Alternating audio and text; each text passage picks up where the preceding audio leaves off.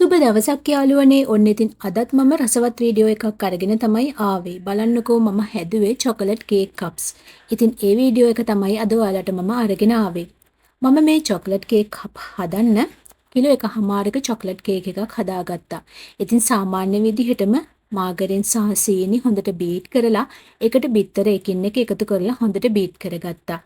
ඉතින් අද මම රෙසිපි එක ඔයාලට දෙන්නේ නැහැ. මොකද මම චොකලට් කේක් හදන වීඩියෝස් මේ වෙනකොට කරලා තියෙනවා දෙකක්ම. ඉතින් ඒකේ ලින්ක් එක මම පහළ ඩිස්ක්‍රිප්ෂන් බොක්ස් එකෙන් දාන්නම්. ඔයාලට පුළුවන් චොකලට් කේක් එකක් හදන්නේ කොහොමද, අවශ්‍ය කරන රෙසිපි එක කොයි වගේද කියලා ඒ වීඩියෝස් වලින් බලා ගන්න. ඉතින් අද මම ඔයාලට මේ වීඩියෝ එකෙන් පෙන්වන්නේ මම හදාගත්ත කේක් කප් ගැන විතරයි. ඉතින් මෙන්න මේ විදිහට සාමාන්‍ය විදිහට තමයි මම මේ කේක් එක හදාගත්තේ. මේ විදිහ කේක් කප් හදනකොට ඔයාගේ කැමැත්ත, ඒ වගේම ඔයාගේ බජට් එක, ඒ වගේම කස්ටමර්ගේ කැමැත්ත අනුව ඔයාට කැමති කප් එකක් භාවිතා කරන්න පුළුවන්. එහෙමත් නැත්නම් දැන් කාලේ ජනප්‍රිය වෙලා තියෙන මොට්ටි කේක් එකක් වුණත් ඔයාට මෙන්න මේ ක්‍රමයට හදාගන්න පුළුවන් කමක් තියෙනවා. ඒ වගේම තමයි මේ චොකලට් කේක් ටබ් වගේම ඔයාට බටර් කේක් වලින් රිබන් කේක්, එහෙමත් නැත්නම් කොෆි කේක් වගේ ඔයා කැමතිම කේක් වර්ගයකින් මේ විදිහට කප්ස් හදලා ඔයාට අලෙවි කරන්න පුළුවන් කමක් තියෙනවා. ඉතින් හැබැයි ඔයා කඩේකට වගේ මේ කප්ස් දානවා නම් කඩයක් මාර්ගෙන් වගේ විකුණනවා නම් ඔයාට මේ සඳහා ලේබල් එකක් අවශ්‍ය වෙනවා.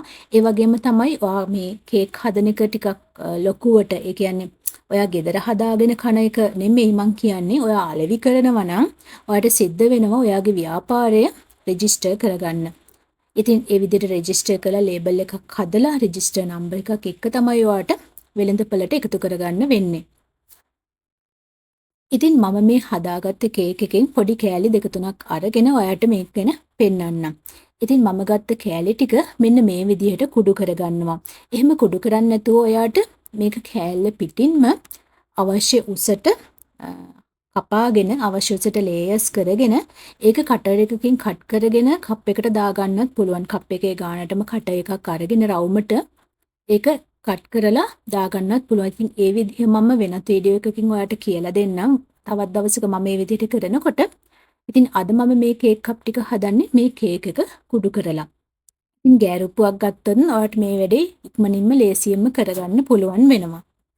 හැබැයි දැන් ව්‍යාපාරයක් විදිහට ඔයා මේ කේක් කප් කරනවා නම් ඔයාට මේ විදිහට කේක් කුඩු කරලා දාන එක පැත්තකින් ලේසි. අර විදිහට ලේයර් කරලා කටර්ස් වලින් කට් කරනවට වඩා තවත් කෙනෙකුට ලේසි වෙන්න පුළුවන් ඒ විදිහට දාන එක. හැබැයි මේ විදිහට කේක් කුඩු කරලා දානකොට අපිට කප් එකකට දාගන්න පුළුවන් ප්‍රමාණය වැඩි. ඒ කියන්නේ හිතන්නකෝ අපි දැන් මේ මම භාවිතා කරලා තියෙන අපේ යෝගට් කප් සයිස් එක කියන පොඩිම සයිස් එක. මේ කප් එකට සාමාන්‍යයෙන් කේක් එකක් ලේයර් කරලා කටර් එකකින් කට් කරලා දානකොට ග්‍රෑම් 30ක් වගේ තමයි අපි දාන්න පුළුවන් වෙන්නේ. හැබැයි මම මේ විදිහට කේක් එක කුඩු කරලා ඒක ෆිල් කරනකොට අපිට මේක නිකම්ම තියන්න බෑනේ. අපි චුට්ටක් මේක තද කරන්න ඕනේනේ. නැත්තම් කුඩු හැමම තියෙන්න දෙන්න බෑනේ. ටිකක් තද කරලා කප් එක ලස්සනට ගානට හදාගන්නකොට අපිට ග්‍රෑම් 50ක් විතර වගේ මේ කප් එකට දාන්න පුළුවන් වෙනවා. මොකද මේ කප් එකක් මෙලදී ගන්න කෙනාට මේකෙන් පාඩුවක් නොවෙන්නත් ඕනේ.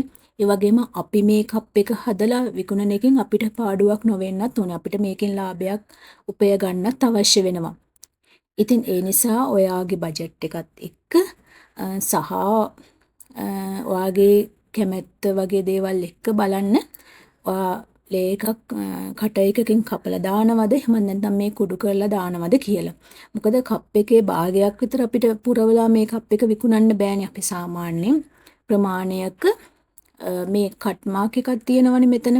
ඒ මාක් එක තියෙන තැනට වත් අඩුම තරමේ අපි මේක පුරවන්න ඕනේ. ඉතින් ඒ වගේම තමයි ඔයා අයිසිං කරනවා නම් ටිකක් අඩුවෙන් පුරවන්න. සාමාන්‍යයෙන් ග්‍රෑම් 40ක් විතර වගේ 30ක් 40ක් විතර වගේ. එහෙමත් නැත්නම් අයිසිං කරන්න නැතුව චොකලට් දාලා ස්ප්‍රින්කල්ස් වගේ දානවා නම් ග්‍රෑම් 50ම දාලා කරන්න පුළුවන්.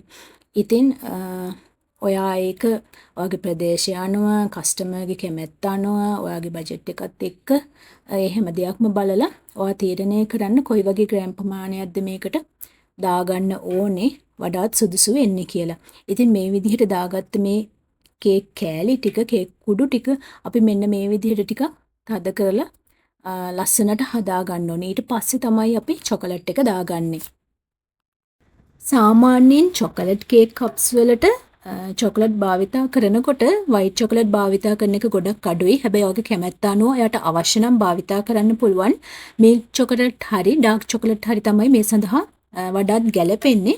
ඔයාලට පුළුවන් නම් ඩාර්ක් චොකලට් එක භාවිතා කරන්න. ඒකෙන් ලොකු චොකලට් රසක් මේකට එකතු වෙන්න පුළුවන්. ඉතින් මේ චොකලට් ඩ්‍රිප් එක හදාගන්නේ චොකලට් ටිකට කිරි ටිකක් එකතු කරලා සාමාන්‍යයෙන් චොකලට් කෑලි 5-6කට කිරිමේ සැන්දක් විතර වගේ එකතු කරලා ඔයාලට පුළුවන් ඒක උණු වෙන් කිරි ටික ගන්න ඕනේ. ඊට පස්සේ ඒ උණු කිරි එකේ මේ චොකලට් ටික හොඳට ග්‍රේට් කරලා අරගෙන හොඳට දිය කරගන්න ඕනේ. ඉතින් ලිපේ තියලා හදාගන්න එපා. එහෙම වුණොත් චොකලට් එක කර වෙනවා. එහෙම වුණොත් ඔයාලට මේක හරියට දාගන්න බැරි වෙනවා.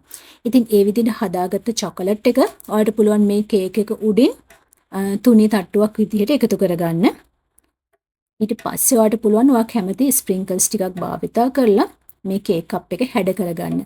ඊට පස්සේ හොඳට පියන වහලා ලේබල් එකක් ගහලා ඔයාලට පුළුවන් අලෙවි කරන්න.